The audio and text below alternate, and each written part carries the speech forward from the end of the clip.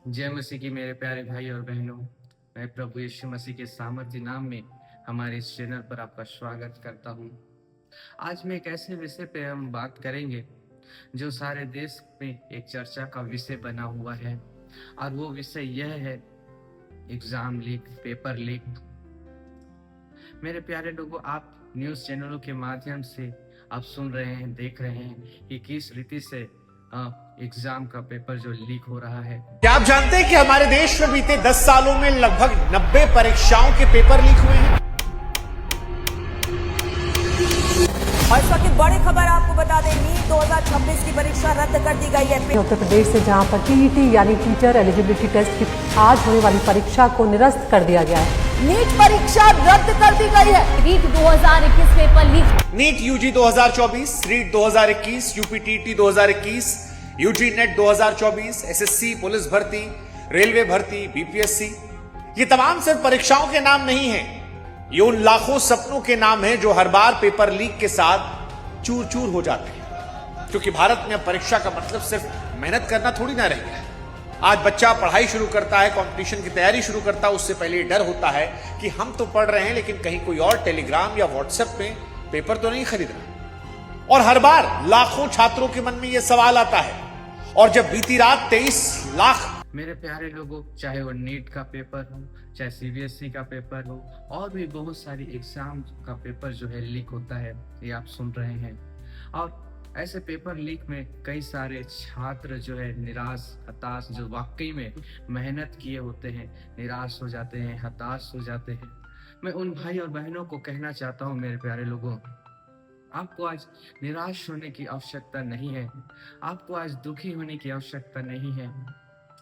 मेरे प्यारे लोग, एक बात को याद रखना, परमेश्वर ने आपके विषय में जो कल्पनाएं किया हुआ है वो लाभ का है, हानि का नहीं है। जो छात्र, जो विद्यार्थी ये सोच रहा है कि अब क्या होगा आगे, मैं कैसे करूंगा, मैं कैसे लाइफ में आगे, मेरे एक बात को याद रखना, आपका भविष्य परमेश्वर के हाथ में। उसका वचन कहता है, मैंने तेरे चेहरे को अपने हथेली पे खोद करके रखा है, मैं तुझे कभी नहीं भूलूंगा। बेशक आपने मेहनत बहुत किया रहा होगा, मेरे प्यारे लोग, एक बात को याद रखना, आपके परिश्रम को परमेश्वर कभी भी व्यर्थ जाने नहीं देंगे। और जो लोग ये कार्य को करते हैं चंद रुपयों के लिए, चंद पैसों के लिए, उनसे मैं कहना चाहता हूँ, आपको ये सब करने की क्या जरूरत है। गलत तरीके से कमाया गया पैसा कभी भी साथ नहीं देता है। ईमानदार रहे। भले आज आपके पास खाने के लिए दो वक्त की रोटी नहीं है, परंतु ईमानदारी यदि आपके जीवन में है, खुदा आपको बढ़ाएंगे। आप क्यों दूसरे की लाइफ के साथ खेल रहे हैं? आप क्यों दूसरे के लिए एक नुकसान का कारण ठहर रहे हैं? एक बात को याद रखना, आप कभी भी सफल नहीं होंगे इस तरीके से यदि आप कार्य करेंगे। भले ही दुनिया की नजर में आप अमीर बन जाएंगे, परंतु खुदा की नजर जो हमको एक दिन उसके न्याय आसन के सामने खड़ा होने का, तब आपके हर एक गुनाह का हिसाब खुदा लेगा। इसलिए सचेत हो जाइए। और उन छात्रों से मैं कहना चाहता हूं, आपको निराश नहीं होना है, और भी दुगनी मेहनत करके आप आगे बढ़े। परमेश्वर सफलता को देंगे। एक बात को याद रखना, यदि ये बात पता नहीं चलता तो ऐसे ही हम चले जाते हैं। और जो वाकई में होनहार होगा, जो वाकई में डेडिकेटेड होगा, वाकई में जो काबिलियत रखता होगा, उसका नुकसान हो जाता। और जो लोग ऐसा गलत काम कर रहे हैं, वे अपने लोगों को जो अपने लोगों को वे उस सीट के लिए ले लेते हैं, उस सीट को रिजर्व कर लेते अपने लोगों के लिए। परंतु ये बात पता चला है नहीं, और बहुत सारे गलत कार्य रुकेगा इस बात से। इसलिए आपको और भी दुगनी मेहनत करना है इस समय, और भी विश्वास के साथ खड़ा होना, क्योंकि सफलता परमेश्वर देंगे।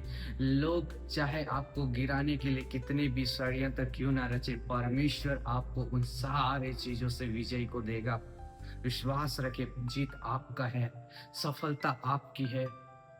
परंतु आप हताश ना हो, परंतु परमेश्वर पे भरोसा रखें कि हाँ, वो है जो आपके लिए मार्ग को तैयार करेगा, जो हर उन गलत बातों को दूर करके आपके लिए एक अच्छा रास्ता को तैयार करेगा। और उनको उनका प्रतिफल मिलेगा जो गलत किए हैं, परंतु आपको निराश नहीं होना है, आपको हताश नहीं होना है और विश्वास रखना है कि परमेश्वर आपके लिए अच्छा करेगा, भला करेगा। उसने आपके विषय में कल्पनाएं जो किया है वो अच्छा है, भला है। आमीन।